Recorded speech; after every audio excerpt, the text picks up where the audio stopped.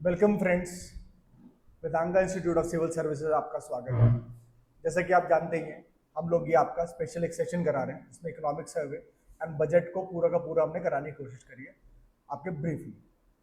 इस सीरीज में हम 3 वीडियोस डालने वाले हैं। इसका पहला पार्ट आपको ऑलरेडी मिल चुका है, अगर आप लोगों ने नहीं देखा है तो यू कैन वॉच इट। ठीक है, नेक्स्ट जो हमारा वीडियो है ये इसी पे बेस्ड है आपका पूरा का पूरा। इसमें आज हम जो तमाम इंपॉर्टेंट चीज़ें रही आपके बजट के अंदर as well as economic survey के अंदर, वो सारी चीज़ें देखने वाले हैं तो आपके ट्रेंड्स रहे। ठीक है, बाकी तो फर्स्ट वीडियो में थोड़ा सम अप कर दूँ तो हमने ग्रोथ इंजन्स देखे, आपके प्रिंसिपल्स देखे, आपके विकसित भारत के क्या प्रिंसिपल्स है, रिफॉर्म्स देखे क्या क्या लेके आने वाले हैं। ठीक है, फिर ग्रोथ इंजन हमने सारे के सारे देखे, आपका इन्वेस्टमेंट कैसे ग्रोथ इंजन है, एमएसएमई सेक्टर कैसे ग्रोथ इंजन है, देन इनोवेशन पे आपके क्या क्या चीज़ें बनेंगी, फिर आपके एग्रीकल्चर पे क्या आपके चीज़ें हैं, वो सारी हमने तमाम फर्स्ट वीडियो में कवर करी है। If you have not watched this, just look into that. ठीक है, ये आपका लाइव हो चुका है तो आप वहाँ देख सकते हैं। आइए आज की क्लास बिना टाइम वेस्ट करे स्टार्ट करें।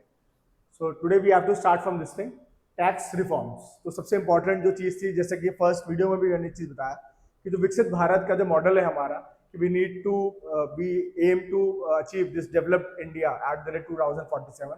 तो उसमें reform as a fuel use होगा। तो इसी में जो फर्स्ट रिफॉर्म जो हम लोग लेके आए हैं वो टैक्स रिफॉर्म्स लेके आए हैं। सो टैक्स रिफॉर्म्स में क्या है, we have started to have this thing that we aim to bring new income tax bill. तो उसी के आपके उसी लाइन में आपके ये टैक्स रिफॉर्म्स आ रहे हैं। So it's having principle of trust first and scrutinise later in tax governance. ठीक है, तो जो मोटो आपका पहले से जो चीज थी कि सबका साथ, सबका विकास, सबका विश्वास, तो वो जो विश्वास जीतने की बात करी है, ठीक है, तो उसी के अंदर आपका ये चीज है कि they have this principle of trust first and scrutinise later. तो कहीं ना कहीं आपका जो इनकम टैक्स का जो स्लैब है, आपका जो कवरेज है, उसको इंक्रीज करने की बात करी है। तो ये आपका कवरेज कैसे इंक्रीज होगा, first you need to trust your आपके टैक्स पेज, फिर इसको स्क्रूटिनाइज बाद में करना है। फिर it is bringing changes in direct tax, जो मैंने आपको बताया कि income tax, new income tax bill लेके आने की बात करी गई है बजट के अंदर। फिर indirect tax reforms and changes in direct taxes introduce. तो कुछ कुछ आपके इनडायरेक्ट टैक्सेस में, फॉर एग्जांपल जीएसटी में कुछ कुछ रिफॉर्म्स लाने की बात करी गई है। जो आपके जीएसटी के आपके स्लैब्स है 0%, 5%, 12.5%, तो उन सब में भी आपके कुछ कुछ आपके चेंजेस लेके आने की बात करिए। वो पूरा का पूरा आपका एक रिवैम्प बिल आएगा, उसके अंदर वो सारी चीजें मेंशन होंगी। यहाँ पे अभी आपके टैक्स रिफॉर्म्स किस किस में चीज में आना है वो सिर्फ वही दे रखा है। फिर नेक्स्ट जो सेक्टर है इसमें रिफॉर्म लाने की बात करें, financial sector reforms and development की बात कर रहे हैं। यहाँ पे they are saying that will bring ग्रामीण credit score framework to serve the credit needs of SHG members and rural people. तो जो क्रेडिट स्कोर है on the basis of which loans are given to all this organisations या people को दिए जाते हैं, तो उस सेक्टर में आपको ग्रामीण क्रेडिट स्कोर लेके एक फ्रेमवर्क लेके आने की बात करें ग्रामीण लेवल पे, in order to boost financial credit disbursement to SHG members and rural people. तो कहने की वो क्रेडिट स्कोर के थ्रू आपका अगर अच्छा क्रेडिट स्कोर है तो दीज पीपल, एसएचजी मेंबर्स, आपके रूरल पीपल को लोन मिल सकता है। फिर जो आपका एनएबीएफआईडीज पार्शियल क्रेडिट एनहांसमेंट फैसिलिटी है for corporate bonds for infrastructure. तो कहीं ना कहीं आपका जो नैफबिड आपका इंफ्रास्ट्रक्चर डेवलपमेंट के लिए काम करने वाली ऑर्गेनाइजेशन है आपकी, तो उसका एक पार्शियल क्रेडिट एनहांसमेंट फैसिलिटी आपके लेके आई गई है। ठीक है, जो आपके कॉर्पोरेट बॉन्ड्स बनाएगी, आपका रिलीज करेगी फॉर इंफ्रास्ट्रक्चर डेवलपमेंट। फिर रिवैम्प सेंट्रल केवाईसी रजिस्ट्री, आप जो सेंट्रल केवाईसी रजिस्ट्री आपका नो योर कस्टमर वाली जो रजिस्ट्री है, उसको रिवैम्प कर दिया प्रोसेस को। फिर रैशनलाइजेशन ऑफ रिक्वायरमेंट किया है, speedy approval of company mergers. ये सब आपके लिए इतना इंपॉर्टेंट नहीं है। जो नेक्स्ट चीज जो हमारे लिए इंपॉर्टेंट है रिफॉर्म्स के अंदर, वो ये है कि FDI limit for the insurance sector will be raised from 74% to 100%। तो ये जो ऑटोमेटिक रूट से आपके एफडीआई लिमिट, जो आपका एफडीआई इन्वेस्टमेंट था इंश्योरेंस सेक्टर में, it has been increase from 74% to 100%। Completely अब 100% तक फॉरेन इन्वेस्टमेंट अलाउ कर दिया है इन इंश्योरेंस सेक्टर, जो कहीं ना कहीं अभी तक आपका रिस्ट्रिक्टेड था टू 74%। ठीक है, ऑटोमेटिक रूट से आपका। अब बायलेटरल इन्वेस्टमेंट ट्रीटीज, ये बहुत इंपॉर्टेंट है। We have signed many bilateral investment treaties, BIT हमने साइन करे, क्योंकि आपने देखा होगा 2015 के बाद से जो पूरा का पूरा बीआईटी था, हमने सारे के सारे कैंसिल कर दिए थे, और अब नए सिरे से हम ये बायलेटरल इन्वेस्टमेंट ट्रीटी स्टार्ट कर रहे हैं। तो इसमें जो अभी इस बजट के अंदर जो चीज मेंशन्ड है वो ये है कि 2 कंट्रीज से we have recently signed this bilateral investment treaty. पहला उज्बेकिस्तान, सेकंड यूएई। ठीक है, अभी फोर्स में नहीं आई है, अभी रिसेंटली लास्ट टाइम में मैंने आपको बताया कि यूके से भी we have signed this FTA, तो वो भी आपका कहीं ना कहीं इंपॉर्टेंट हो जाता है। तो अभी आप ये ध्यान रखिएगा, बजट के अंदर मेंशन्ड है आपका उज्बेकिस्तान से we have signed this bilateral investment treaty और यूएई के साथ, अभी फोर्स में नहीं है, to encourage the spirit of first develop India. ठीक है, तो अभी हमारा जो मोटो है to behind signing all this bilateral investment treaty वो यही है कि you need to first develop India. ठीक है, in order to get help from India और या in order to get business from India you first need to develop India as a nation. ठीक है, आप टेक्नोलॉजी ट्रांसफर करो, आप हमारे साथ कोलैबोरेट करके चीजें बनाओ, मैन्युफैक्चर करो। जैसे फॉर एग्जांपल ब्रह्मोस मिसाइल है हमारी, रशिया और इंडिया का जॉइंट वेंचर, ऐसे इसराइल के साथ बहुत सारे जॉइंट वेंचर है। तो उसी लाइन को आगे, उसी लाइन में आगे बढ़ते हुए we have signed this bilateral investment treaties. फिर रिफॉर्म्स, ठीक है, नेक्स्ट थिंग कि next sector to be reform आपका रेगुलेटरी रिफॉर्म्स है। It is saying light touch regulatory framework. ठीक है, तो ये कहीं ना कहीं you need to remember this thing कि इंडिया में after LPG reforms in 1991 we aim for deregulation of many sectors. ठीक है, तो वो डी रेगुलेशन के साथ ही अलाइन करता हुआ in this budget also we have this thing कि लाइट टच रेगुलेटरी फ्रेमवर्क। ठीक है, तो कहीं ना कहीं आपको बिजनेस फ्रेंडली बनाना है आपको environment. You need to attract more foreign direct investment in all the economic sectors. तो उसके लिए रेगुलेशन, देखो रेगुलेशन होना जरूरी है, ठीक है, बट आपका लाइट टच रेगुलेशन होना चाहिए।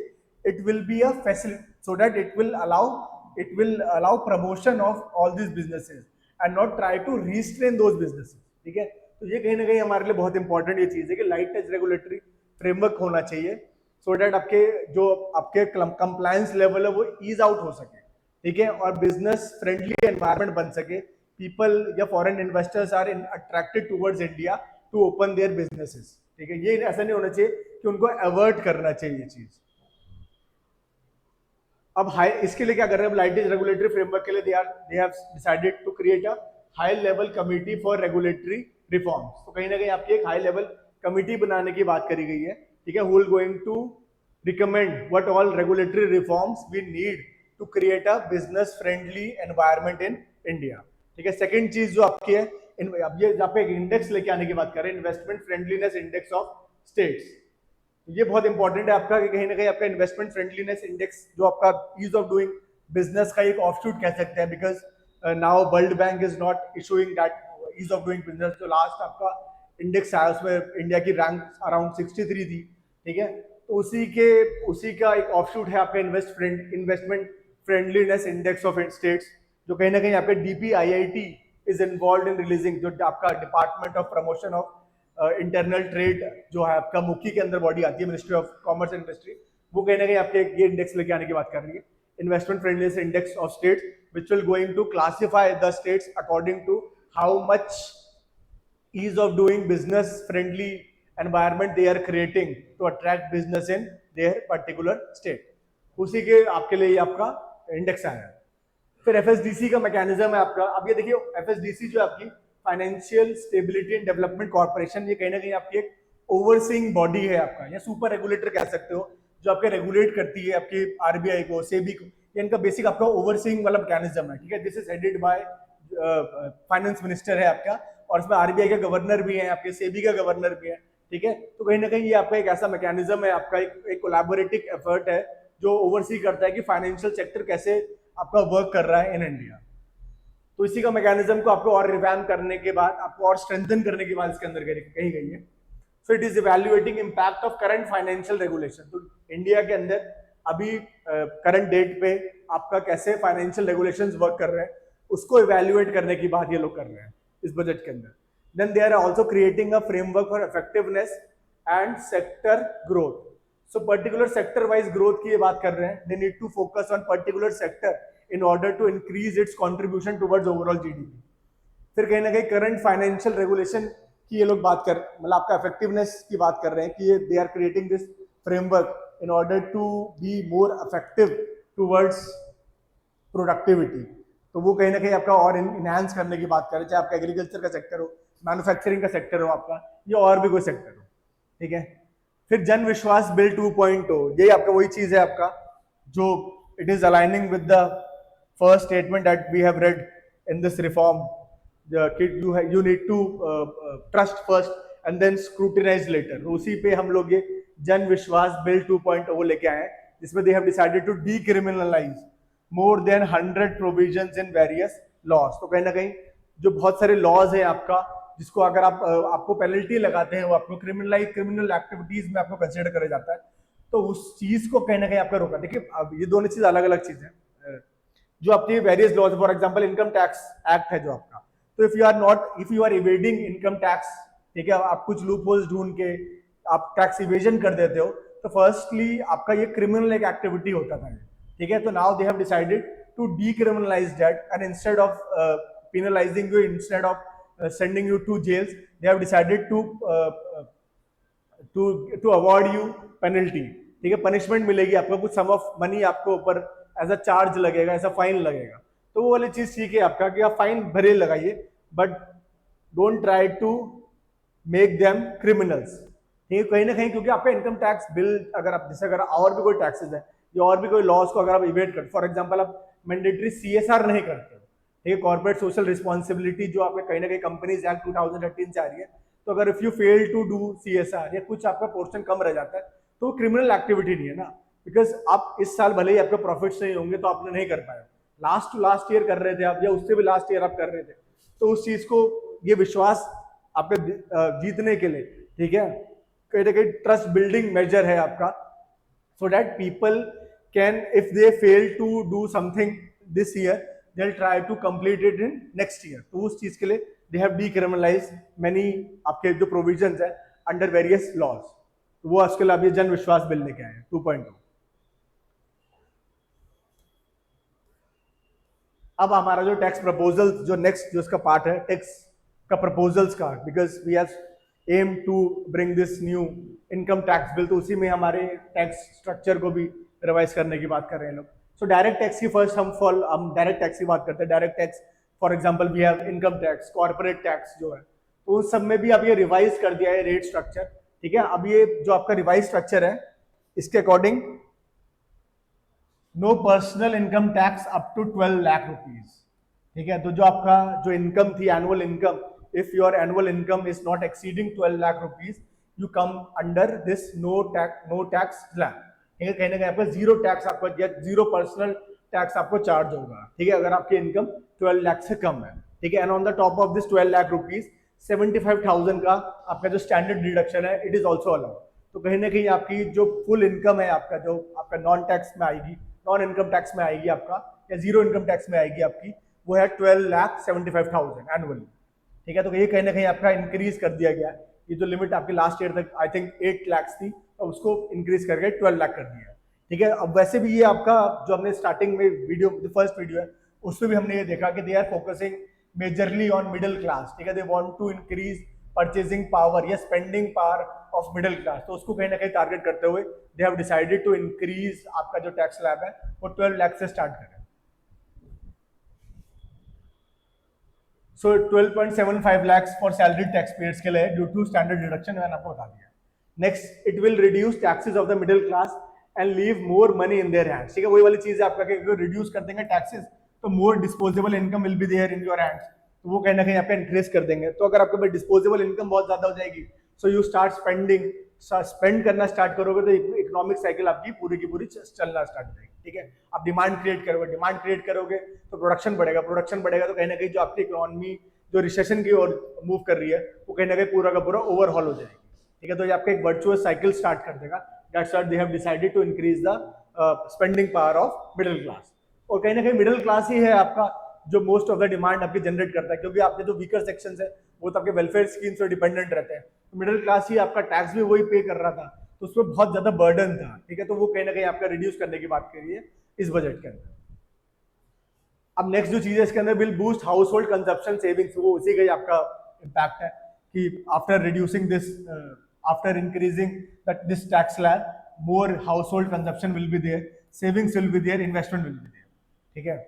फिर न्यू इनकम टैक्स बिल है, ये मैं आपको बता ही चुका हूं। To make it simple to understand for taxpayer and tax administration will lead to tax certainty and reduce litigation, ठीक है। तो कहीं ना कहीं ये एम है हमारा कि टू मेक इनकम टैक्स, जो इनकम टैक्स आपका लॉ है, more compliable, more easier to understand, so that we can increase this tax base जो है आपका, उसको इंक्रीज करा जा सके। टैक्स सर्टेनिटी रहेगी, आपका लिटिगेशंस कम हो जाएंगे, तो ये आपका पूरा का पूरा सिस्टम को रिफॉर्म करने की बात कर रहे हैं, because they are using reform as a fuel in order to achieve विकसित भारत एट द रेट 2047। फिर देखिए ये आपके रिफॉर्म से आप आप ये चीज देख लीजिएगा, ठीक है, कि पर्सनल इनकम जो टैक्स में रिफॉर्म्स है आपके, ये पूरा इन्होंने पिक्टोरियल आपके डिपिक्शन से पूरा समझाया है ये चीज, ठीक है। पहले आपका 0 to 4 लाख नो नील था आपका, देन आपका 4 to 8 लाख तक 5% यू नीड टू पे, आपका अर्लियर जो स्ट्रक्चर था वैसा था आपका 8 to 12 लाख 10%, फिर 15%, 20%, 25%, 30% लगता था, ठीक है। और ये 20% के ऊपर तो आपका कहीं ना कहीं सरचार्ज भी आपका लगता था। तो वो सारी चीजें स्ट्रक्चर अब ये चेंज हो गया है, नया स्ट्रक्चर आएगा तो वो देखेंगे। अब नेक्स्ट अपने चलते हैं reducing compliance burden. So for small charitable trust the registration period is increase from 5 years to 10 years। तो वो कंप्लायंस बर्डन जो था आपका, वो आपको now you have to complete 10 years before complying with this income tax, ठीक है। तो चैरिटेबल ट्रस्ट के लिए वो चीज भी इंक्रीज कर दी है। पहले आपको 5 साल पे आपका रजिस्टर, जैसे रजिस्ट्रेशन डेट के 5 years में ही आपको कंप्लाई करना पड़ता था, अब यू नीड 10 years। अब ईज ऑफ डूइंग बिजनेस मैंने पहले ही बात कर ली है, तो यहाँ पे भी वही चीज है कि streamline the process of transfer pricing to determine arms length price for international transactions over a 3 block period. तो कहीं ना कहीं ये आपका स्ट्रीमलाइन करने की बात कर दी है, the process of transfer pricing. Transfer pricing for example आपका जो मर्जर होते हैं आपके, या जो भी आपका जो आर्म लेंथ पे रहता था कि अगर हम इस आपके जो भी आपके जो कंपनीज है, अगर मान लो उसका कोई ऑफशूट कंपनी है जो इंडिया में, जो फॉरेन कंपनी है उसका कोई ऑफशूट कंपनी है जो इंडिया में वर्क कर रही है, तो वो आर्म लेंथ पे ही रहती थी हमारे, तो उस पर भी हमारा टैक्स जो बर्डन था या जो टैक्स लॉस थे वो आपके सिमिलरली एप्लीकेबल थे टू डोमेस्टिक इंडस्ट्रीज। तो वो ट्रांसफर प्राइसिंग की बात को स्ट्रीमलाइन करने की बात कर रहे हैं लोग, ठीक है, जिससे मर्जर आपकी ईजी हो जाएंगे। फिर expansion of the scope of safe harbour rules, तो सेफ हार्बर रूल्स ये सब आप देख लीजिएगा, ठीक है, इतने ऐसा कुछ इंपॉर्टेंट नहीं है, ज्यादा डिटेल में हो जाएंगी ये चीजें। टैक्स एम्प्लॉयमेंट एंड इन्वेस्टमेंट में आपकी टैक्स सर्टेनिटी है, ठीक है। फिर आपका कहीं ना कहीं एग्जाम्पशन की बात कर रहे हो, withdrawals made from the national saving scheme, जो आपके नेशनल सेविंग स्कीम है उससे भी आपका जो आप विड्रॉ करते थे उस पर आपका एक टैक्स लगता था, तो उसको भी आपका एग्जाम्प्ट कर दिया, ठीक है। Now you can withdraw your money from national saving scheme without any tax deduction.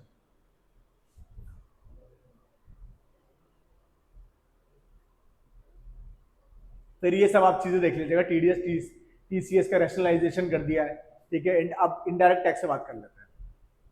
Next जो चीज है हमारे लिए वो इंपॉर्टेंट है, indirect tax. So rationalisation of custom tariff structure for the industrial goods.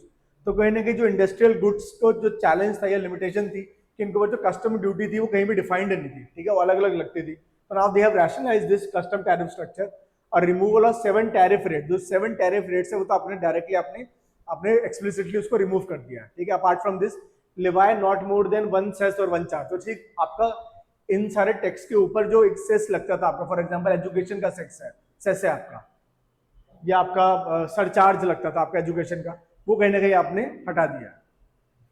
फिर apply appropriate cess to broadly maintain effective duty incidence. तो आपका जो अप्रोप्रिएट सेस लगेगा सिर्फ आपका, जैसे आपका रोड, जैसे आपका हाईवेज का आपका सेस लगता था, ठीक है, आपका इंफ्रास्ट्रक्चर के ऊपर आपका सेस लगता था, तो अब ये अप्रोप्रिएट सेस ही लगाएंगे to broadly maintain effective duty incidence. तो कहीं ना कहीं जो आपका ड्यूटी जो आपके लग रही है वो इफेक्टिव वे में आपके आ पाए, तो इसलिए आपका एक सिर्फ अप्रोप्रिएट लगेगा और बाकी जो इधर उधर के थे वो सारे के सारे हटा दिए गए।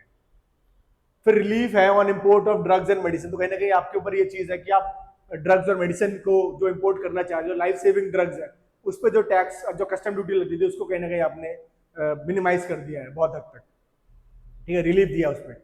फिर मेक इन इंडिया वाली जो चीज है, क्रिटिकल मिनरल्स, अभी भी हमारा फोकस यही है, आपका जो क्रिटिकल मिनरल्स का जो प्रोडक्शन है आपका वो इंडिया में इंक्रीज करना है, because we are highly dependent for this critical minerals on different countries. For example China पे हम जो लोग बहुत ज्यादा आपके डिपेंडेंट है, यूक्रेन से हमारी बहुत सारी चीजें आती थी, जो आपका पैलेडियम वगैरह आपका यूक्रेन से था, अब क्योंकि वो Ukraine is involve in this war, तो वो कहीं ना कहीं सप्लाई चेन डिसरप्शन है, जिसकी वजह से we are facing crunch in this sector of critical minerals. तो उसको we need now in this budget we have emphasized to become self sufficient in terms of critical minerals. तो उसके लिए हमने क्रिटिकल मिनरल्स के जैसे कोबाल्ट पाउडर है आपका, जो उसका वेस्ट है, the scrap of lithium ion batteries, lead है, जिंक है, 12 more critical minerals are fully exempted from BCD. सो कहीं ना कहीं आपके जो ये टैक्स लगता था इनके ऊपर, तो उसको भी कहीं ना कहीं कम करने की बात कर रहे हैं। अब इन पे भी ये फुली एग्जेम्प्टेड है फ्रॉम BCD।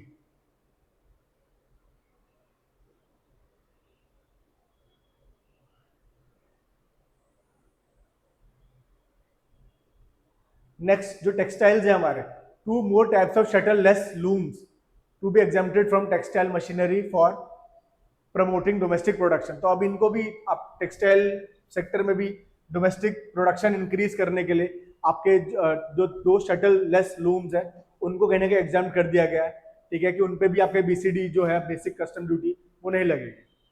फिर इलेक्ट्रॉनिक गुड्स पे भी यही बात करें, लिथियम आयन बैटरीज पे exempted capital goods for electric vehicles. तो कहीं ना कहीं जो कैपिटल गुड्स है उनको भी एग्जाम कर दिया गया फ्रॉम बेसिक कस्टम ड्यूटी, जो EV बनाने काम आते हैं या मोबाइल बैटरी मैन्युफैक्चरिंग में यूज है जिनका, उनके लिए भी आपका कहीं ना कहीं आपको एग्जाम कर दिया। Promotion of MRO in the shipping sector, ये सब चीज आप देख लीजिएगा, या सच कुछ इंपॉर्टेंट नहीं है। फिर एक्सपोर्ट प्रमोशन के लिए नेक्स्ट जो हमारा पॉइंट है export promotion, duty free inputs है for the handicrafts and leather sector.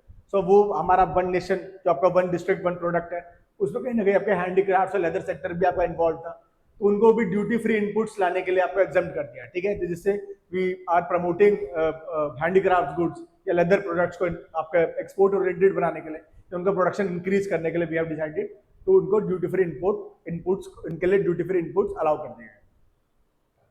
फिर ट्रेड फैसिलिटेशन की बात करूं तो time limit fix for finalisation of provisional assessment, ये सब आप देख लीजिएगा, फैसिलिटेशन के लिए ये सारी चीजें करिए। वॉलंटरी कंप्लायंस लेवल है, ठीक है। फिर मेडिसिन आपको मैंने बता दिया कि 36 जो लाइफ सेविंग ड्रग्स है आपके एग्जेम्प्ट कर दिया गया है, एग्जेम्प्टेड लिस्ट के अंदर आ गया है, ठीक है। उसको अगर आपको इंपोर्ट करना है तो उसके लिए आपको कोई टैक्स नहीं लगेगा, बेसिक कस्टम ड्यूटीज वाली जो चीज़ है वो नहीं लगेगी। 6 मेडिसिन पे सिर्फ आपकी 5% आपकी ड्यूटी लगेगी, ठीक है। 37 मेडिसिन और ये सब आप देख लीजिएगा, ये ऐसा कुछ इंपॉर्टेंट नहीं है। हाँ, मेंस में you can quote all this data, ठीक है। This is very very important document in terms of UPSC mains, जो आपका इसी मंथ में आने वाला है, आपका शायद 22 से स्टार्ट हो रहा है, तो उसमें you can use all this data, ठीक है। अगर फार्मेसी के ऊपर आपको कोई भी क्वेश्चन आता है, ड्रग मैन्युफैक्चरिंग के ऊपर कोई क्वेश्चन आता है, तो आप दिखाएंगे कि कैसे प्रमोट कर रहे हैं हम लोग अपना इंडिया को ड्रग मैन्युफैक्चरिंग हब बनाने के लिए, तो ये सब एग्जाम्पशंस आपके बजट के अंदर अवेलेबल है। अब जो हमारे लिए इंपॉर्टेंट है वो ये चैप्टर फर्स्ट है हमारा, स्टेट ऑफ इकोनॉमी कैसी है, ठीक है। तो पहले ग्लोबल ट्रेंड की बात कर ले इसके अंदर कि ग्लोबल ट्रेंड हमारा कैसा रहा है। बहुत सारे चैलेंजेस हमने देखने को मिले बिकॉज आफ्टर कोविड-19 जो आपका सप्लाई चेन डिस्ट्रप्शन हुआ है उसकी वजह से बहुत सारे चैलेंजेस आ गए ग्लोबल इकोनॉमी में, और कहीं ना कहीं इस वजह से बहुत सारी कंट्रीज में आपको रिसेशन जैसी आपका सिचुएशन देखने को मिलेगी। फॉर एग्जाम्पल यूके ने ये चीज डिक्लेयर करी कि they are facing this recession, ठीक है। कहीं ना कहीं इन्फ्लेशन रेट्स आपके अमेरिका में बहुत ज्यादा हाई हैं आपके। तो देख लेते कैसा रहा ग्लोबल ट्रेंड। तो global economy grew by 3.3% in 2023।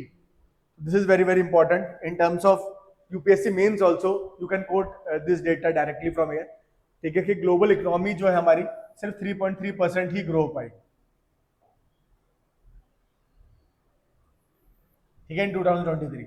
The IMF has projected 3.3 for, ये आपका IMF का डेटा है कि सिर्फ 3.3 तो फर्स्ट ऑफ ऑल 2023 के लिए थी। अब 2025 के लिए भी they have projected this thing कि 3.3% ही आपका ग्लोबल इकोनॉमी ग्रो करेगी, ठीक है। इंडिया का real GDP is projected to grow by 6.5% in the fiscal year 24-25, ठीक है। This is predicted by International Monetary Fund. Bretton Wood convention से आपके दो ऑर्गेनाइजेशन आ रही है, 1944 में हुआ था ये ब्रेटन वुड कन्वेंशन, जो वर्ल्ड बैंक और आपका IMF आ रहा था। उस IMF का प्रोजेक्शन यही है कि इंडिया की जो रियल GDP है it is projected to grow by 6.5% in fiscal year 2024-25। Just remember this thing कि this is real GDP and not nominal GDP, ठीक है। नॉमिनल GDP जिसमें आपका इन्फ्लेशन एडजस्ट नहीं होता, रियल GDP जो आपके कहीं ना कहीं इन्फ्लेशन को एडजस्ट करके आती है, ठीक है, वो आपका 6.5% से ग्रो करेगी। फिर which all factors are responsible to affect global growth. अब देखिए बहुत सारे फैक्टर्स इसमें इन्वॉल्व है, ठीक है। आपके ग्रुप बिकॉज इलेक्टोरल एक्टिविटीज थी बहुत ज्यादा, और हमें ये चीज पता है कि जहां जहां पे आपका इलेक्टोरल एक्टिविटीज आपके हो रही हैं या कोई आपका इलेक्शंस कंडक्ट हो रहा है, तो वहाँ की स्टेट ऑफ इकोनॉमी में बड़ी सारी प्रॉब्लम्स रहती हैं, ठीक है। जैसे इंडिया में आप बात करें तो मॉडल कोड ऑफ कंडक्ट आपका लग जाता है, तो इसकी वजह से प्रॉब्लम्स आती है बहुत सारी, ठीक है। You can not do free trade, you can not launch new schemes, तो वो सारा आपका कहीं ना कहीं अफेक्ट होता है। उसके अलावा भी आपके बहुत सारे, जैसे रशिया यूक्रेन वॉर चल रही है, ठीक है, आपके इजराइल पैलेस्टीन वाला जो वॉर है, Iran is also involve in that war, तो कहीं ना कहीं यहाँ पे ग्लोबल इकोनॉमी को बहुत ज्यादा इम्पैक्ट पड़ा है, और खासकर आफ्टर कोविड-19 तो बहुत सारे जो सप्लाई चेन है आपके वो कहीं ना कहीं डिस्टर्ब हुई है। सो देख लेते हैं और बट और फैक्टर्स, ठीक है, ये आपका डायरेक्टली क्वेश्चन नहीं बन सकता है, जस्ट रिमेंबर दिस थिंग। अभी इकोनॉमिक सर्वे का ही पार्ट है आपका, तो यूपीएससी में डायरेक्टली क्वेश्चन जो जीएस 3 में आ सकता है वो यहीं से आ सकता है कि which all factors are responsible for affecting global economy. ठीक है, ये आपका ग्लोबल इकोनॉमी में आपका जो चेंजेस आ रहे हैं वो क्यों आ रहे हैं। ठीक है, तो आप ये कहीं ना कहीं ये 6-7 फैक्टर्स हैं, ये आप डायरेक्टली यहीं से कोट कर सकते हैं। So first of all electoral activities in 2024-25 था, यूएस प्रेसिडेंट इलेक्शन थे। ठीक है, डोनाल्ड ट्रंप आपके जीते रिपब्लिकन पार्टी से।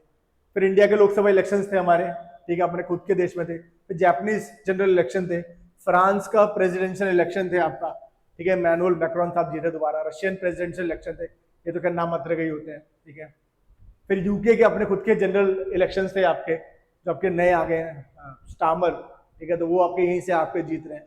फिर more than half of the world population was exercising their franchise to elect their new governments. तो जब people are involve in exercising their franchise, तो कहीं ना कहीं वो आपके छुट्टियां डिक्लेयर हो जाती है, और भी बहुत सारे आपका चेंजेस, मतलब आपके बहुत सारे ब्लॉकेडेड लग जाते हैं, जैसे आपकी एंट्री नहीं हो सकती, गुड्स का ट्रांसफर नहीं हो सकता, तो वो सारी आपके प्रॉब्लम्स थी, जिसकी वजह से ग्लोबल इकोनॉमी रेट जो है इट ग्रू ओनली बाय 3.3%।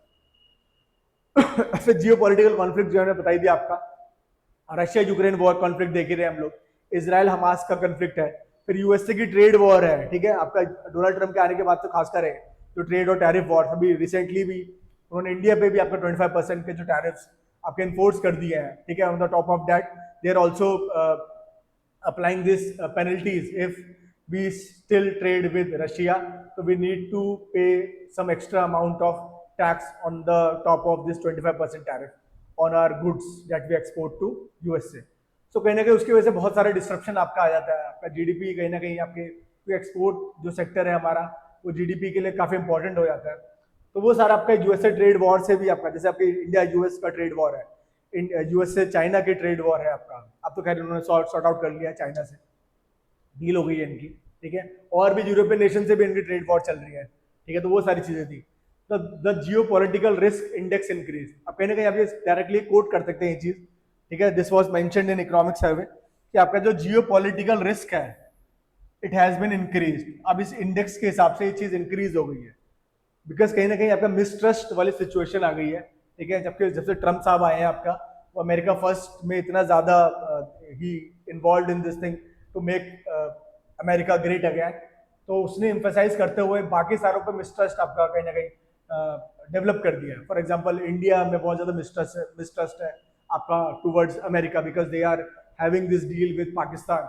ठीक है, अभी रिसेंटली उनका स्टेटमेंट भी ये चीज था कि समडे हु नोज कि someday India will going to purchase oil from Pakistan, तो वो कहीं ना कहीं आपका ऑयल में इन्वेस्टमेंट कर रहे हैं पाकिस्तान में। तो उससे क्या होता है ना कि आपका मिसट्रस्ट पैदा हो जाता है, तो जो आपकी जो डीलिंग्स हैं आपकी या जो ऑलरेडी साइन ट्रीटीज हैं वो कहीं ना कहीं आपके उस तरीके से इफेक्टिव नहीं रहती जैसे पहले थी। ठीक है, तो ये कहीं ना कहीं आपका ये प्रॉब्लम है due to this geopolitical risk. अब जियो पॉलिटिकल रिस्क आपका इन वॉर्स की वजह से भी है। ठीक है, now they want to create a bipolar world. For example, ठीक है, आपका वो आपका कहते हैं कि एक्सप्लिसिटली आप बताओ कि whether you are siding with Ukraine और विद रशिया। ठीक है, if you are siding with Ukraine then Russia will be a foe for you. ठीक है, बट अगर ये हमारा लॉन्ग लास्टिंग फ्रेंड है, ठीक है, आपका जो हिस्ट्री से बहुत अच्छा फ्रेंड रहा है हमारा, तो इंडिया ने तो इंडिया का तो बैलेंसिंग अप्रोच है, but they want an explicit explanation कि which side you are favouring. तो वो वाली चीजें कहीं ना कहीं आपका जियो पॉलिटिकल रिस्क को भी पैदा करती है। ठीक है, देन नेक्स्ट जो हमारे लिए इंपॉर्टेंट रीजन इसके अंदर है साइबर अटैक्स। तो साइबर अटैक्स है ऑन क्रिटिकल इंफ्रास्ट्रक्चर, तो कहीं ना कहीं ये वाली चीजें भी जिसने बहुत ज्यादा हैम्पर करा। ठीक है, जो साइबर अटैक्स आपके बहुत ज्यादा इंक्रीज हो गए हैं स्पेशली ऑन क्रिटिकल इंफ्रास्ट्रक्चर्स, वो कहीं ना कहीं हमारे बड़े प्रॉब्लमैटिक है। It's a kind of non kinetic war. तो पहले आपके जो काइनेटिक वॉर था डायरेक्ट आर्मी की जो लड़ाई थी उससे निकल के अब ये मॉडर्न डे के आपके वॉरफेयर्स है। ठीक है, तो इसने बहुत ज्यादा डिस्ट्रप्शन लेके आया है खासकर क्रिटिकल इंफ्रास्ट्रक्चर में। क्रिटिकल इंफ्रास्ट्रक्चर जैसे हेल्थ इंफ्रास्ट्रक्चर हो गया, जैसे एम्स पे हमारा अटैक था। ठीक है, जो नीचे हमारे पावर प्लांट है गुंडाकोलम पे अटैक था। तो वो सारी चीजों पे अगर आप अटैक करते हो तो कहीं ना कहीं प्रोडक्टिविटी या एज ए इकोनॉमी आपका कहीं ना कहीं बहुत ज्यादा इम्पिंच होती है आपकी। So major ransomware attack on the US health care, देखिए अब ये यूएस पे भी अटैक था ये। ठीक है, तो ये यूएस के हेल्थ केयर पेमेंट सिस्टम पे आपका अटैक था, operated by change health care. तो ये जो चेंज हेल्थ केयर है आपका, एक बहुत बड़ी ऑर्गेनाइजेशन है आपकी, ठीक है, जो आपके पूरा का पूरा हेल्थ सेक्टर को मैनेज करती है आपके यूएस के। तो उस पर कहीं ना कहीं ये जो अटैक हुआ तो इससे बड़ी प्रॉब्लम हुई, ठीक है। आप कोट कर देना डायरेक्टली कि चेंज हेल्थ केयर पे आपका कहीं ना कहीं इम्पैक्ट था, जिसकी वजह से wide spread disruption and financial impact पड़ा, impacting pharmacies, clinics, hospital and patients, ठीक है। तो अमेरिका पूरा, जब अमेरिका का हेल्थ केयर सेक्टर आपका इम्पैक्ट होगा तो उसका रिपरकशन आपको बाकी स्टेट, बाकी नेशन में भी देखने को मिलेगा। तो ये प्रॉब्लम थी। Then Schneider Electric, a major player in industrial solution and electrification, experienced multiple ransomware attacks in 2024। देखो हमारे इंडिया की बात करूं तो BSNL जो है आपका, खैर ये तो PSU है, छोटा लेवल पे है, मतलब पहले तो बहुत बड़े लेवल पर था, अब इतना ज्यादा वैल्यूएबल नहीं, तो इसको भी एक डेटा ब्रीच का प्रॉब्लम आया, ठीक है। फिर हमारा जो स्पर्श पोर्टल है, ठीक है, डेटा लीक यहाँ पे भी हुआ, पेंशन आपका एडमिनिस्ट्रेशन संभालता है स्पर्श पोर्टल, जो आपका जो सीनियर सिटीजन है उनके पेंशन का जो पोर्टल है, पूरा मैनेजमेंट जो एडमिनिस्ट्रेशन है वो ये संभालता है, तो उस पर भी एक आपका डेटा लीक का अटैक हुआ, ठीक है। इसमें अगर जनरल आपको कोट करना है तो एम्स का अटैक आप लोग कोट कर सकते हो, कुंडकुलम पे जो अटैक है वो आप लोग कोट कर सकते हो। तो ये जो आपके साइबर अटैक्स थे क्रिटिकल इंफ्रास्ट्रक्चर में, इनका भी बड़ा आपका रोल रहा इन रिस्ट्रेनिंग इकोनॉमिक ग्रोथ। फिर डोमेस्टिक सप्लाई चेन डिस्ट्रप्शन, जैसे जापान में हुआ ये चीज, डोमेस्टिक सप्लाई चेन कहीं ना कहीं बहुत ज्यादा डिस्ट्रप्टेड रही आपके जापान में। जापान में अभी भी रिसेंटली भी आपका सुनामी वाली जो चीज है उससे भी आपका डोमेस्टिक सप्लाई चेन आपका डिस्टर्ब हुआ।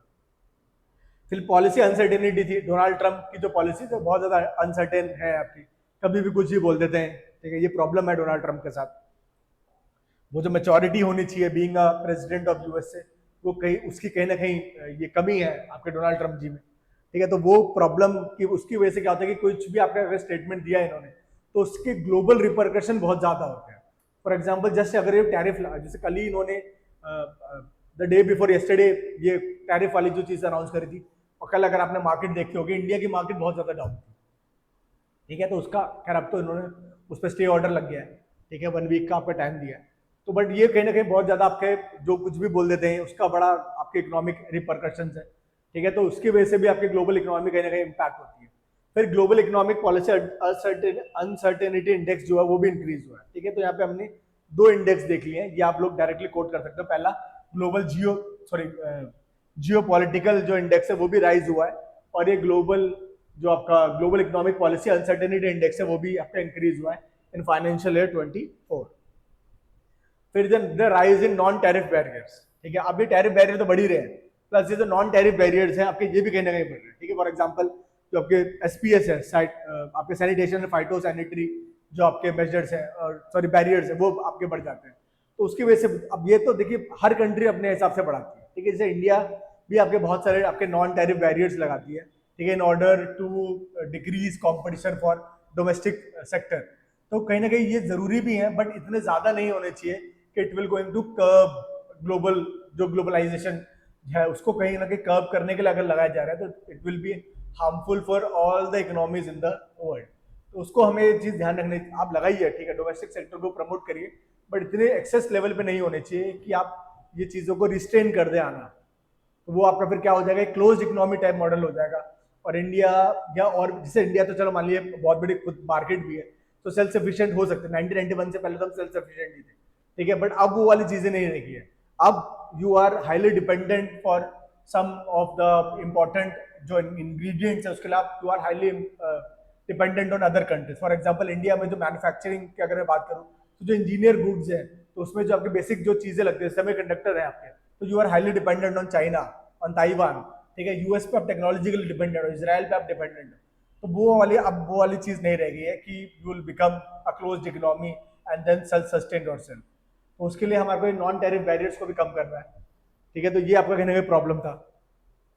फिर शिपिंग रूट डिस्ट्रप्शन आपका अच्छा मेजर जो पॉइंट रहा है इसके अंदर वो ये चीज है, shipping root disruption. This is very very important, just highlight this point, क्योंकि बहुत सारा जो शिपिंग रूट्स थे हमारे उस पर ड्यू टू ग्लोबल टर्मोइल, ठीक है, ये कहीं ना कहीं रूट्स बहुत ज्यादा अफेक्ट रहे। फॉर एग्जांपल जो पनामा कैनाल वाली जो चीज है या जो सुएज कैनाल के आपने क्राइसिस सुने, वो कहीं ना कहीं उसने आपका जो ग्लोबल ट्रेड है, आपका ग्लोबल इकोनॉमी है, उसको बहुत ज्यादा इम्पैक्ट करा। यहाँ पे देख लेते हैं Panama, Red Sea and Panama Canal deal है। अब रेड सी में तो वही आपका सुएज कैनाल वाली चीज आ गई, ठीक है। रेड सी इज बिटवीन आपका अफ्रीका है एक साइड पे आपके सऊदी अरेबिया है, एशिया वाला जो पार्ट है, वहां से बीच में आपका रेड सी है जो आपके मेडिटेरियन सी से कनेक्ट होती है, ठीक है, थ्रू आपका जो सुएज कैनाल जो चैनल है उसके। फिर जो पनामा कैनाल है आपका साउथ अमेरिका में, जो आपके अटलांटिक ओशन है एक साइड पैसिफिक ओशन है, उसको कनेक्ट करता हुआ आपका पनामा कैनाल है। तो उसमें कहीं ना कहीं आपका डिले था। अब ये देखिए कैनाल्स बनाए इसलिए जाते हैं in order to reduce transportation time, but इसकी जो डिले के कारण या टर्मोइल के कारण आपका कहीं ना कहीं बहुत ज्यादा इसका इम्पैक्ट है। जैसे आपका जो आपका रेड सी वाला जो चैलेंज है आपका, वो हाउती रिबेलियन से था। तो हाउती रिबेलियन यमन में आपके हैं, जिनको आपका ईरान सपोर्ट करता है। तो उन्होंने बहुत ज्यादा यहाँ पे आपके जो पायरेसी वाली जो चीज है, जो और भी आपका जो ये लोग जो और आपके जो अटैक कर देते हैं, जैसे ऑयल शिप पे आपका अटैक कर दिया, या आपका आपने टेक ओवर कर लिया किसी शिप को, आपने पूरा का पूरा उसको लूट लिया, तो उससे आपके कहीं ना कहीं आपके बहुत ज्यादा आपका प्रॉब्लम होती है। So about 15% of the global maritime trade जो है आपका, ये वाया आपका रेड कैनाल है, sorry volume normally passes through Suez Canal. तो जो रेड सी पे जो आपका है Suez Canal, 15% of the global trade आपका यहीं से पास करता है। फिर the trade policy uncertainty index as reason, वही वाली चीज है, इसकी वजह से ट्रेड पॉलिसी अनसर्टेनिटी का जो इंडेक्स था वो कहीं ना कहीं राइज हुआ। फिर several shipping companies have diverted their ships around the Cape of Good Hope. अब देखिए होता है क्या चीज, ये जो आपका जो केप ऑफ गुड होप है आपका, ये अफ्रीका मान के चलिए, ठीक है, दिस इज आपका सऊदी अरेबिया, ये यमन है नीचे यहाँ पे। मेरी ड्राइंग इतनी अच्छी नहीं है तो बस आप कंसेप्ट देखिए, ठीक है, ये आपका यमन है, दिस इज ओमान, ऊपर सऊदी है, दिस इज अफ्रीकन कॉन्टिनेंट। अब यहाँ पे कहीं ना कहीं आपका रेड सी है। अब था क्या कि जितना भी आपका जो ईस्टर्न जो आपके कंट्रीज है आपके या एशियन कंट्रीज है, उनसे जो भी ट्रेड होता था वो आपका ऐसे जाता था यहाँ से रेड सी के थ्रू पनामा कैनाल, और फिर आपका ऊपर पहुंचता था ये टू यूरोपियन कंट्रीज। अब क्या हुआ, because there is delay in this passage of Red Sea या पनामा जो आपका सॉरी सुएज कैनाल में क्राइसिस की वजह से, they have to surpass this thing and they went through this Cape of Good Hope. अब वो यहां से ट्रेवल कर रहे हैं, this is Cape of Good Hope, बिल्कुल अफ्रीका के टिप में पड़ता है ये जगह, ठीक है। अब ये क्या है कि केप ऑफ गुड होप से आपके जाते हैं, तो जिसकी वजह से the increase in delivery times by 10 days और more on average. On an average देखा गया कि 10 डेज का डिले हो जाता था। अब 10 डेज का डिले में क्या होता है ना कि आपकी एक तो आपकी जो ट्रांसपोर्टेशन टाइम है वो बहुत ज्यादा लगा था, मतलब फ्यूल बहुत ज्यादा लगा होगा आपका, ठीक है, तो आपका इनपुट कॉस्ट बहुत ज्यादा बढ़ गया, ठीक है। फिर प्लस आपका बहुत सारा वेस्टेज है। For example if you are transporting perishable crops, ठीक है, आप हॉर्टिकल्चर वाली चीजें दे रहे हो, ठीक है, तो उसमें कहीं ना कहीं आपका जो वेस्टेज है वो इंक्रीज हो जाएगा, तो उससे आपकी इकोनॉमी में बहुत ज्यादा इफेक्ट पड़ेगा, ठीक, ये चीज ध्यान रखिएगा। सो दिस इज अब ये चीज है, this is particularly true for trade between Asia and Europe as 40% of this trade passes through Red Sea region. तो अगर मैं दोनों कॉन्टिनेंट्स की बात करूं, एशिया और यूरोप की, तो इनका 40% जो पूरा टोटल ट्रेड है वो आपका रेड सी से ही पास होता है, ठीक है, तो वो आपको देखिए 40% आपका इम्पैक्ट हो जाएगा, ठीक। फिर हॉर्मुज स्ट्रेट जो आपका इस साइड पड़ता है आपका, एक साइड आपका हॉर्मुज स्ट्रेट है, एक साइड आपका बाब एल मंडेब पे है, वो चीज ध्यान रखिएगा, दोनों स्ट्रेट्स आप याद रखिएगा। तो ये हॉर्मुज स्ट्रेट पे ही आपका बहुत ज्यादा हाउती रिबेलियन का जो स्ट्राइक्स है उनकी यहाँ पे बहुत ज्यादा होती हैं, ठीक है, जिसकी वजह से आपका कहीं ना कहीं जो ट्रांसपोर्टेशन सिस्टम जो सी आपका जो ओशन से ट्रांसपोर्टेशन सिस्टम है वो बहुत ज्यादा आपका इम्पैक्ट हो जाता है। सो channel 21% of the global petroleum liquid consumption, तो ये इस जो स्ट्रेट का चैनल है उससे 21% आपका ग्लोबल पेट्रोलियम जो लिक्विड कंजप्शन होता है उसी के थ्रू होता है, तो देखिए पूरा का पूरा आपका इम्पैक्ट होगा। फिर देखिए apart from all this reason कुछ नेचुरल रीजंस भी थे, फॉर एग्जांपल एक्सट्रीम वेदर जो है, सिर्फ drought driven by combination of El Nino and climate change, जिसकी वजह से वाटर स्कार्सिटी हो गई पनामा कैनाल में, ठीक है। अब जो पनामा कैनाल वाली जो चीज थी उसमें क्योंकि पानी ही नहीं है, अब पानी नहीं है तो वो आपका जो एंकरिंग में या आपका पैसेज में जो आपका जो फ्यूल ज्यादा लगेगा, क्योंकि देखिए क्या होता है कि वाटर अगर ज्यादा आपका सरप्लस प्रेजेंट है, so with wave you can tide, ठीक है, तो वो वेव के थ्रू आप ट्रांसपोर्ट कर सकते हैं और वो इजी भी हो जाता है, ठीक है, लेस फ्यूल कंजप्शन होता है आपका। सो कहीं ना कहीं आपका ड्रॉट जो ड्रिवन बाय था, एल नीनो इफेक्ट था या क्लाइमेट चेंज की वजह से ग्लोबल वार्मिंग हो रही है, उससे water scarcity situation is there in Panama canal, और Panama canal 5% of global maritime trade volume का कहीं ना कहीं डील करता है, तो वो आपका इसकी वजह से इम्पैक्ट हो जाएगा, ठीक है। तो हमने 6-7 रीजन देखे, ये बहुत इंपॉर्टेंट है, आपको एक सम अप कर देता हूँ। इलेक्टोरल एक्टिविटीज थी 2024-25 में, एग्जाम्पल आप लोग कोट कर सकते हैं। देन जियो पॉलिटिकल कॉन्फ्लिक्ट है आपके 3-4 ये बता दीजिएगा। साइबर अटैक से आपने क्रिटिकल इंफ्रास्ट्रक्चर वो डाटा इम्पैक्टेड इकोनॉमी, फिर आपका जिसमें आपका ये हेल्थ केयर जो चेंज हेल्थ केयर पे इम्पैक्ट था, अटैक था सॉरी, वो आप लोग कोट करिएगा। स्नाइडर इफेक्ट इलेक्ट्रिक पे जो है वो करिएगा। फिर डोमेस्टिक सप्लाई डिस्ट्रप्शन हुए आपके जापान में, वो इंपॉर्टेंट है। फिर पॉलिसी अनसर्टेनिटी थी, डोनाल्ड ट्रंप को कोट कर सकते हैं। फिर शिपिंग रूट डिस्ट्रप्शन आपका रेड सी मेनली, और आपका जो पनामा कैनाल डिलेज है वो आप लोग आपके कोट कर सकते हैं। फिर 2 इंडेक्स हमने देखे इसमें, आपका जियो पॉलिटिकल रिस्क इंडेक्स है वो इंक्रीज हुआ। फिर आपका कहीं ना कहीं आपका global economic policy uncertainty index है वो आपका इंक्रीज हुआ। ठीक है, ये दोनों को भी कोट करिएगा। फिर एक्सट्रीम वेदर इवेंट्स हैं आपके, जिसकी वजह से आपका पनामा कैनाल से जो 5% ग्लोबल मैरिटाइम ट्रेड वॉल्यूम आपका जाता है उसको कहीं ना कहीं इम्पैक्ट करेगा। तो ये दीज आर द और reasons due to which only 3.3% growth is there in global economy. ये आपका देखिए पूरा का पूरा ये मैप के थ्रू ये समझाने की कोशिश करिए। ठीक है, सिंगापुर से जितनी भी ईस्टर्न कंट्रीज हैं आपकी, तो यहाँ एशियन कंट्रीज है, यहाँ से जो भी आपका ट्रेड होता है वो आपके सुएज कैनाल के थ्रू जाता था। ठीक है, अब ये क्योंकि केप ऑफ गुड होप से जा रहा है, इसको बाईपास करके जा रहा है, तो ये कहीं ना कहीं आपका टाइम डिलेज हो जाता है, अराउंड 10 days आपके एक्स्ट्रा लगते हैं। ठीक है, if you want to transport your products from this region to आपका रोटरडैम जो है आपका नेदरलैंड्स में, वहां पे अगर पहुंचाना है तो। फोटोग्राफ भी है आपकी आपके सुएज कैनाल की। सुएज कैनाल पे ऑलरेडी आपके क्वेश्चंस आ चुके हैं। ठीक है, अब मेंस में शायद पूछा जा सके। अभी आरपीएससी का जो रिसेंटली जो मेंस है उसमें एक डायरेक्ट क्वेश्चन था कि जो नेशनलाइजेशन ऑफ सुएज कैनाल था जो इजिप्ट ने करा, उस पर इंडिया का क्या टेक था, तो उस चीज पे क्वेश्चन ऑलरेडी आ चुका है। तो सुएज कैनाल एज सच तो डायरेक्ट क्वेश्चन नहीं आएगा, बट हाँ सुएज कैनाल पे और भी क्वेश्चन बन सकते हैं। प्रीलिम्स पॉइंट ऑफ व्यू से बहुत इंपॉर्टेंट है, जगह कौन सी कंट्रीज उसको आपके बॉर्डर्स को टच करती है वो सब याद रखिएगा। अब जो हमारा जो चैप्टर हमारे लिए इंपॉर्टेंट है वो है इंडिया का ट्रेंड। इंडिया में का ट्रेंड कैसे रहा। सो इंडिया का real GDP is estimated to grow by 6.4%। ये ऑलरेडी हमने देख लिया, रियल जीडीपी की बात कर रहे हैं, आईएमएफ का भी डेटा यही चीज है। तो 6.4% हमारा रहा।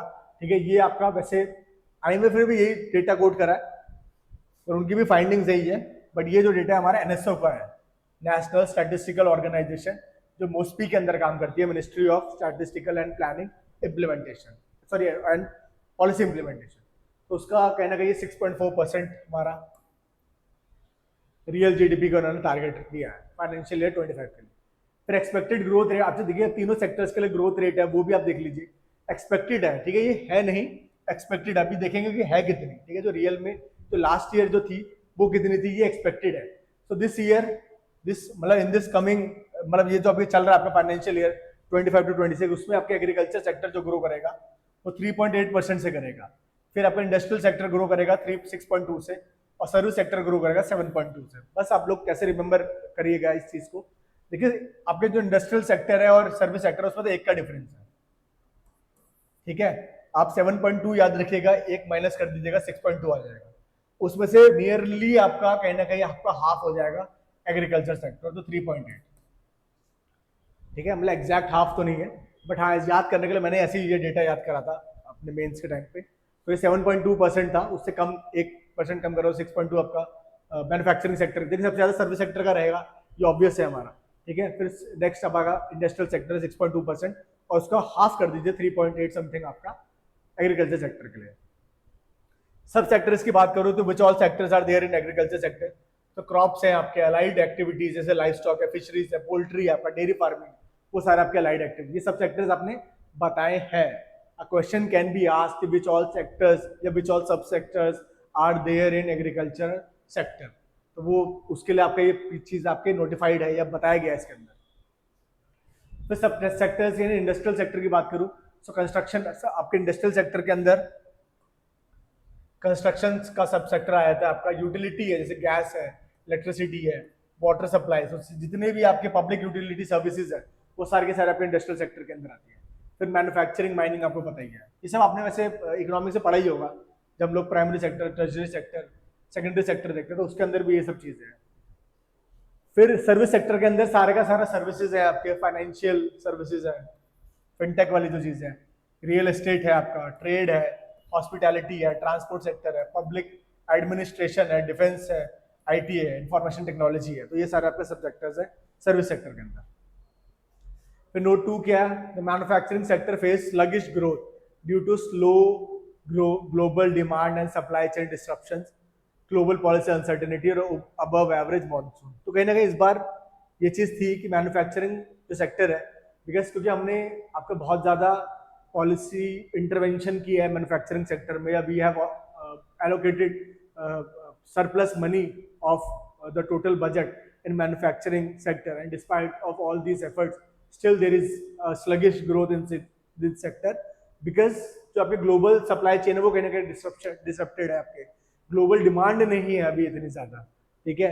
आपका ग्लोबल पॉलिसी अनसर्टेनिटी, अब ट्रम्प आए दिन कुछ ना कुछ आपके टैरिफ्स लगा देता है, तो वो अनसर्टेनिटी है बहुत ज्यादा, तो किस बेसिस पे हम लोग अपना प्रोडक्शन इंक्रीज करें, ठीक है। इतने डिमांड नहीं है ग्लोबल आपके जो फॉरेन प्लेयर्स है उनके अंदर। और इस बार प्रॉब्लम ये भी थी कि अबव एवरेज मानसून है, खैर इस बार तो खैर ठीक ठाक मानसून हो रहा है, ये पहले का डेटा है तो ये लास्ट ईयर का है, तो ये चीज ध्यान रखिएगा। अब पीएमआई ट्रेंड की बात करते हैं, इंडिया का देख रहे हैं तो पहला जो चीज आती है वो आती है परचेजिंग मैनेजरियल इंडेक्स, ठीक है। ये आपका मैन्युफैक्चरिंग सेक्टर और सर्विस सेक्टर के लिए भी है, दोनों के लिए आपका काम करता है, ठीक है। अभी यहाँ पे जो है ये परचेजिंग मैनेजरियल इंडेक्स है, अब इसका जो स्कोर होता है वो 50% थ्रेशोल्ड मान के चलते हैं, ठीक है। अब score if this score is above 50% तो कहीं ना कहीं आपने ग्रो करा है, ठीक है, आपका सेक्टर जो है वो ग्रो हुआ है। और अगर 50% से अगर आपका कम है so you have reduced your production, तो कहीं ना कहीं आपका प्रोडक्शन इतना नहीं रहा है। तो ये देख लेते हैं पीएमआई इंडेक्स जो हमारा क्वार्टरली बेसिस, ये शायद मंथली बेसिस पे ही आता है, ठीक है। तो ये इंडेक्स रेंजेस फ्रॉम 0 to 100 है। A score above 50 means the industry is expanding, कहीं ना कहीं ग्रो हो रही है, एक्सपैंड कर रही है, ठीक है। If it is below this तो इट इज कॉन्ट्रैक्टिंग, ठीक है, आपका कहीं ना कहीं प्रोडक्शन जो है वो रिड्यूस हुआ है। सो पीएमआई जो अगर मैन्युफैक्चरिंग की बात करूं, consistently remained well above the threshold value of 15 all months of financial year 2024।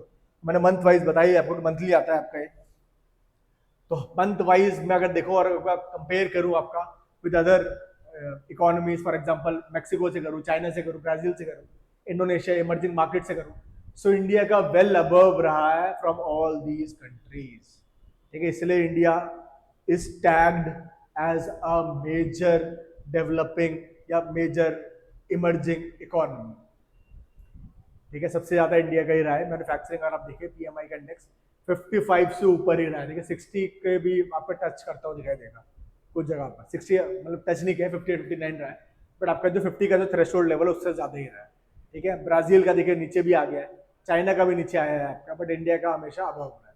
So production level पे अगर बात करूँ तो पीएमआई इंडेक्स में इंडिया ने या इंडस्ट्रियल लेवल पे इंडिया ने हमेशा से एक्सपैंड किया फाइनेंशियल ईयर 24 में। अब पॉलिसी रेट ट्रेंड देख लेते हैं कि कैसा पॉलिसी रेट जो हमारे रेपो रेट्स रहे, ठीक है। ये जो हमारा आपका लिक्विड एडजस्ट फैसिलिटी वाली जो चीज़ है, रेपो रेट कैसा, रिवर्स रेपो रेट कैसा रहा, या उस पे बेस हमारे जो और भी चीज़ें हैं वो सब कैसे रहे, तो वो देख लेते हैं यहाँ पे। So repo rate has decided by the RBI, ये तो हमें पता ही है, मॉनेटरी पॉलिसी आपका डिसाइड करती है, एमपीसी है हमारी मॉनेटरी पॉलिसी कमेटी जो है आपका, वो डिसाइड करती है, which is headed by RBI governor. तो उसका जो रेट्स होते हैं वो ऑफिशियल पॉलिसी रेट कहते हैं, ठीक है। तो पॉलिसी रेट्स हमारी इमर्जिंग मार्केट इकोनॉमी से अगर कंपेयर करा जाए, सो इंडिया का देखेंगे आप, ये आपका ब्लू वाला जो इंडिया का वो ये है, देखिए 4 to 6% के ब्रैकेट में ही रहा है, कहीं ना कहीं हमने ज्यादा इंक्रीज नहीं करा। और अभी लास्ट क्वार्टर तो we have decrease this repo rate decrease हुआ है, जिसकी वजह से आपके हाउसिंग जो लोन्स है या और भी जो चीजें आपकी कहीं ना कहीं रिड्यूस हो गई है, ठीक है। तो ये ऐसे तो इंपॉर्टेंट नहीं है, और आप ये देखिएगा कि मैक्सिको का देखिए कितना ज्यादा रहा है रेपो रेट है, बिकॉज इन्फ्लेशन बहुत ज्यादा है वहाँ पे, and in order to curve that inflation they have decided to increase their repo rates. India में लगभग हमने कंट्रोल्ड मैनर में ही आपका इन्फ्लेशन रखा है, सो वो कहीं ना कहीं आपका रिड्यूस ही रहा है। अब देखिए ये नया ट्रेंड जो हमने देखा मिला है आरबीआई का रेपो रेट, देखिए अकोमोडेटिव जो स्टांस था हमारा 6.50% का, ठीक है, उसको कहीं ना कहीं आपका बरकरार रखा गया है काफी टाइम तक, अक्टूबर 2024 से, और फिर उसके बाद जो नेक्स्ट ईयर तक साइकिल आने के तक इसको रिड्यूस करना स्टार्ट कर दिया, और अप्रैल में जैसे हमने देखा कि 6% के अराउंड हमारा ये हो गया, ठीक है।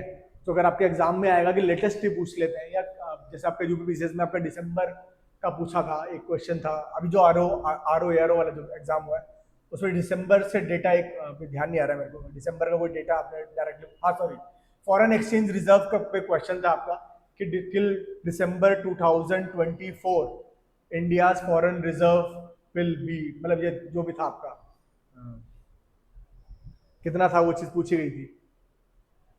सो ये आपका आरबीआई का रेपो रेट भी पूछा जा सकता है, तो 6.50 बेस पॉइंट रहा आपका टिल दिसंबर 2024, और उसके बाद जो नया साल स्टार्ट हो रहा है उसमें कहीं ना कहीं हमने इस पे रिडक्शन देखने को मिलेगा। करंट रेपो रेट की बात करूं तो अभी 6% के अराउंड ही चल रहा है हमारा। मॉनेटरी पॉलिसी मीटिंग जो ही 9 अप्रैल को हुई है, स्टांस अभी भी हमारा अकोमोडेटिव स्टांस है, कहीं ना कहीं इसको बरकरार रखा है हमने आरबीआई ने, ठीक है, in order to boost economic production in the country.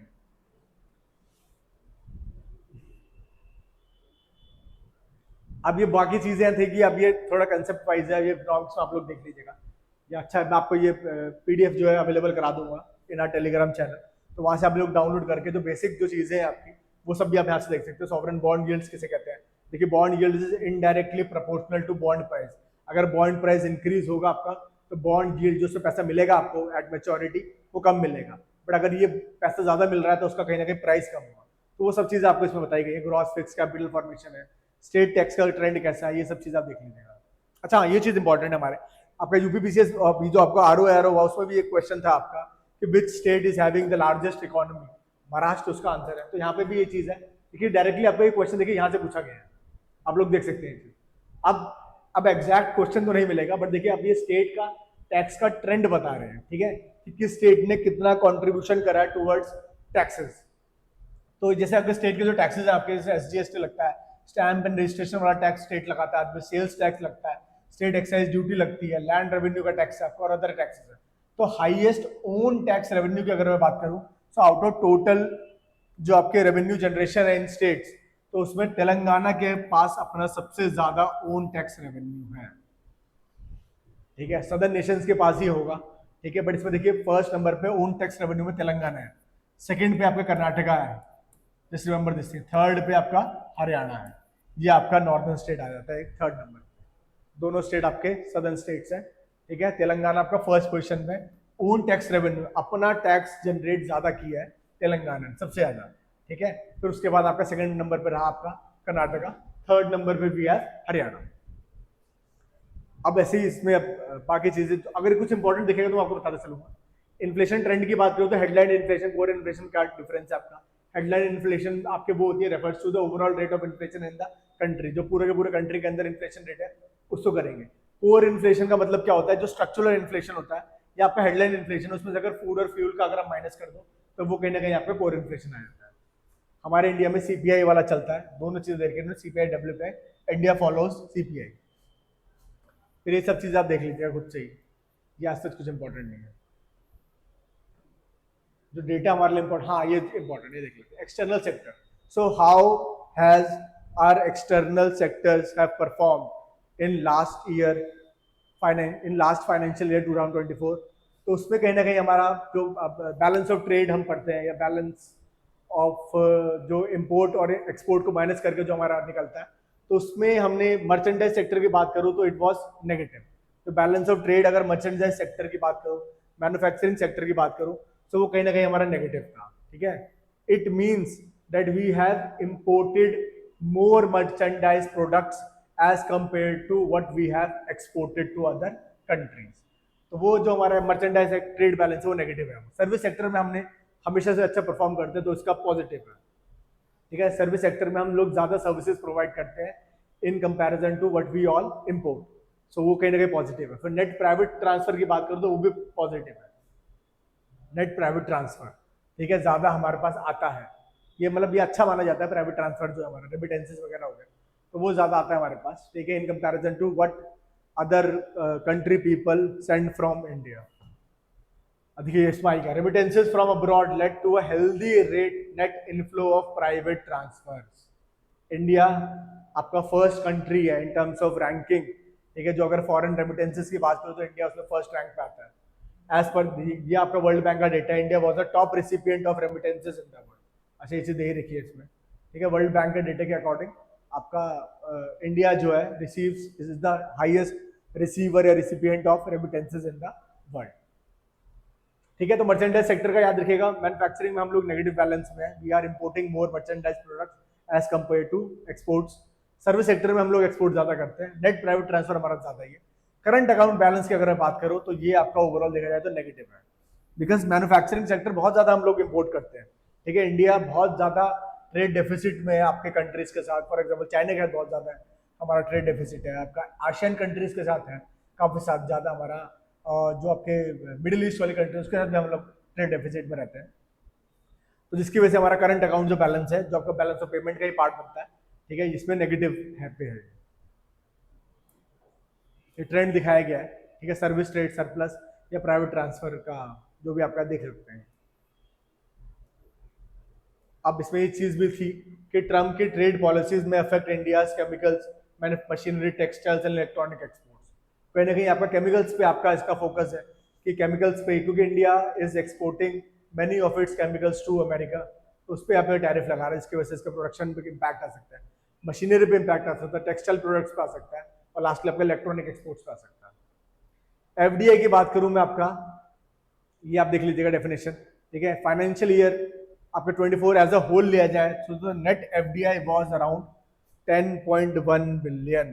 ये सिर्फ एक साल का है, ध्यान रखिएगा। ठीक है, आपका जो क्वेश्चन था आरओ में वो था कि till December 2024 what was our FDI, जो टोटल एफडीआई है वो कितना है, सॉरी एफडीआई नहीं, सॉरी वो फॉरेन एक्सचेंज रिजर्व जो पूछा था, वो चीज हमारी कहीं, अच्छा वो चीज अलग है, हो जाती है यहाँ से, सॉरी वो कंफ्यूज मत होइएगा, मैं खुद हो गया हूँ। ठीक है, वो चीज नहीं है, ये आपका फाइनेंशियल ईयर 24 के लिए एफडीआई की बात है, नेट एफडीआई फ्लो, वो फॉरेन एक्सचेंज पे क्वेश्चन था, वो अलग चीज है, ये अलग चीज है। ठीक है, तो एफडीआई आपका as such was USD 10.1 billion.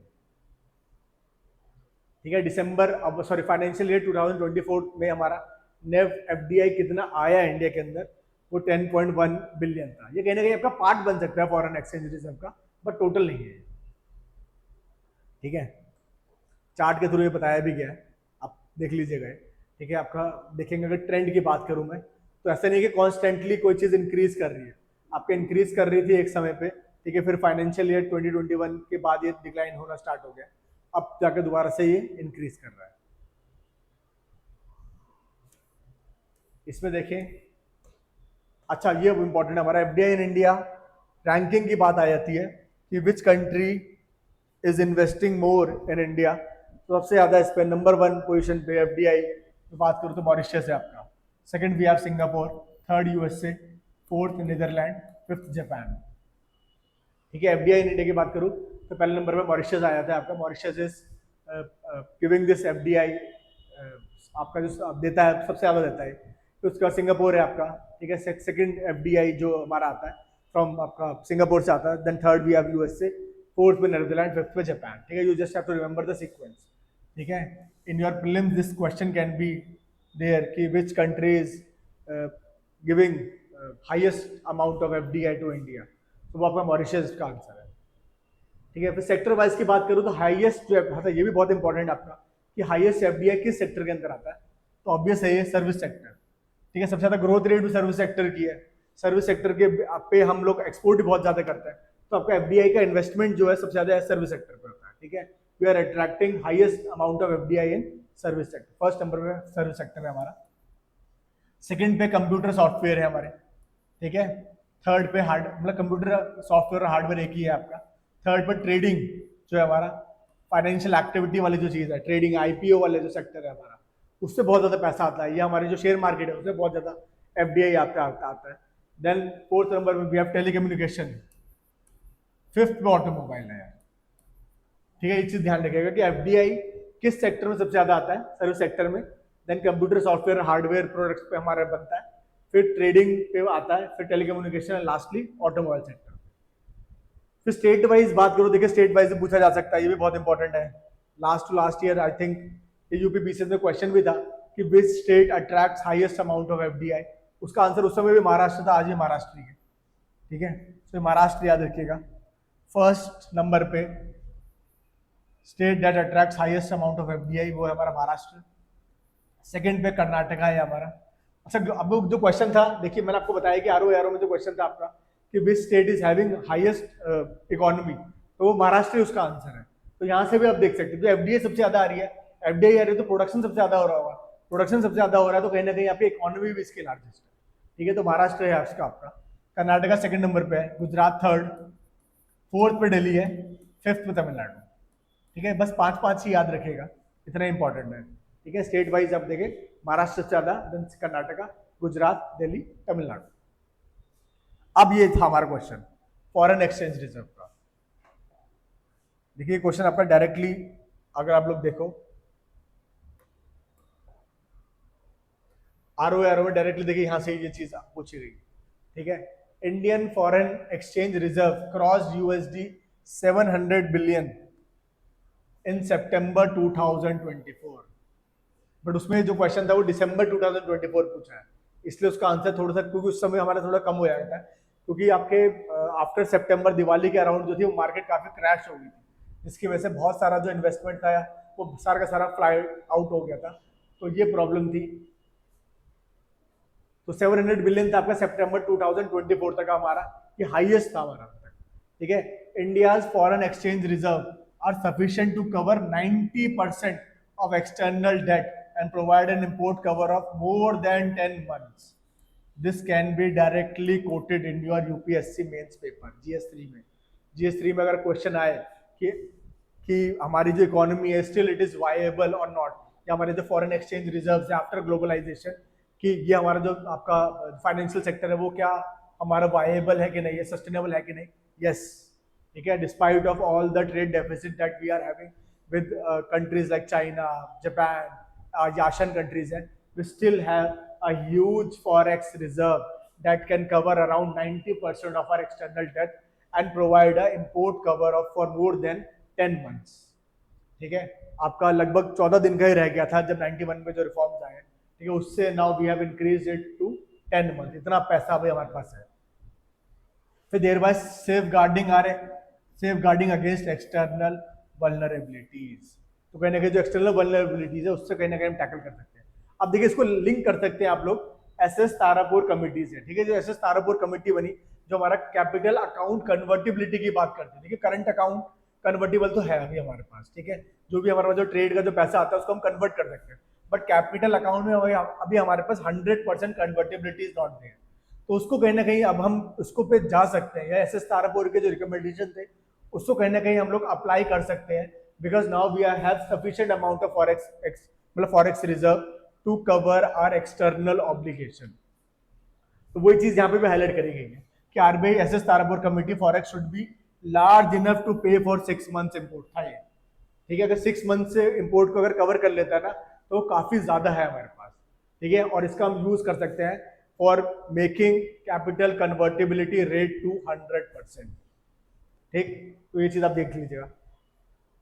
अब मेजर कंपोनेंट्स, अच्छा यहाँ पे ये चीज बताई गई कि मेजर कंपोनेंट्स क्या है फॉरेन एक्सचेंज, ये आपका यूपीएससी में भी क्वेश्चन आ चुका है। फॉरेन करेंसी एसेट्स है आपके, इंक्लूड्स फॉरेन करेंसी, जीसेक्स, बॉन्ड्स, ये सब हमारे। फिर गोल्ड रिजर्व्स आपके कहीं ना कहीं फॉरेक्स का पार्ट बनते हैं। रिजर्व ट्रांच पोजीशन है आपकी आईएमएफ की, वो आपके बनते हैं। जो कोटे है हमारे पास, जो स्पेशल ड्रॉइंग राइट्स, ठीक है, 4 चीजें हैं, ये आप याद रखिए। तो फॉरेन करेंसी एसेट्स है जो आरबीआई आपका परचेज करता है, या जिस भी आपका गवर्नमेंट जो अदर कंट्रीज के आपके सेंट्रल बैंक है उसमें जो आरबीआई पैसा लगाता है वो सब आपका इसका पार्ट बनेगा। फिर गोल्ड के जो हमारे अपने पास रिजर्व्स है वो आपके फॉरेन एक्सचेंज का पार्ट बनेंगे। फिर जो रिजर्व ट्रांसपोजिशन है हमारे पास, जो कोटा मिलता है हमारे को आईएमएफ, वो हमारा फॉरेन एक्सचेंज का रिजर्व का पार्ट बनेगा। फिर जो स्पेशल ड्रॉइंग राइट्स है हमारे पास, जो हमारे पास 200% का जो राइट है वो हम विड्रॉ कर सकते हैं, या जो हमारी अपनी करेंसी जो हमने जमा करी है वहां पे उसको हम लोग विड्रॉ कर सकते हैं, वो भी आपका आईएमएफ का जो पार्ट है, वो आपका मेजर कॉम्पोनेंट है आपका फॉरेन एक्सचेंज रिजर्व का। ठीक है, लास्ट हमारा इसके अंदर है फाइनेंशियल सेक्टर के जो ट्रेंड्स है, वो आपके कहीं ना कहीं आपका ये रिपोर्ट है आपकी फाइनेंशियल स्टेबिलिटी रिपोर्ट आरबीआई की, उसमें उसके जो डेटा है आपका वो यहाँ पे कोट किया गया है कि जो ग्रॉस नॉन परफॉर्मिंग एसेट था वो कहीं ना कहीं आपका डिक्रीज हो गया है as low as 2.6% of the gross loans and advances. तो एनपीए में भी हमने बहुत अच्छा काम करा है। जो नॉन परफॉर्मिंग एसेट्स आपके 90 डेज का जो टाइमलाइन है उसके अगर आप बियॉन्ड पे करते हो तो आपका एनपीए डिक्लेयर हो जाता है, तो उस पर भी हमने आपका सही पकड़ बनाई है और 2.6% तक डिक्रीज कर दी है। ठीक है, तो ये आरबीआई के फाइनेंशियल स्टेबिलिटी रिपोर्ट में ये चीज बोली गई है जो आपका इकोनॉमिक सर्वे में हाईलाइटेड है, तो ये चीज ध्यान रखिएगा। अब आज के डेट में ये वाली चीज भी आप पूछी जा सकती है कि जो capital to risk weighted asset है हमारा CRAR, जो बेसल नॉर्म्स आए थे आपके, उसके अकॉर्डिंग जो आपको CRAR आपको मेंटेन करना पड़ता है, इट इज अराउंड 16.7%। ठीक है, बेसल रिफॉर्म्स में जाते मुझे याद आ रहा है वो 9% का ही था। ठीक है, फॉर ऑल कमर्शियल जो आपके सॉरी शेड्यूल कमर्शियल बैंक है, it is mandatory to maintain this ratio at 9%। वो बेसल नॉर्म्स में था, थर्ड वाला था। बट इंडिया ने इसको लगभग देखिए आप डबल ही कह लीजिए, 16.7% आपके बना के रखा हुआ है। ठीक है, तो कहीं ना कहीं इंडिया को बहुत ज्यादा हेल्प करता है इन टाइम्स ऑफ क्राइसिस। जैसे जो भी आपकी ग्लोबल इकोनॉमिक क्राइसिस आती है तो उसमें ये आपका एक बफर की तरह काम करता है। ठीक है, जैसे हमने 2008 में जो ग्लोबल इकोनॉमिक क्राइसिस आए थे उसमें देखा, वैसे ये आपका बहुत ज्यादा सरप्लस में है। तो आज के लिए इतना ही देखते हैं। ठीक है, नेक्स्ट क्लास में और इसके आगे के कुछ ट्रेंड्स देखेंगे और सेक्टर्स के बारे में पढ़ेंगे। बने रहिएगा हमारे साथ। धन्यवाद।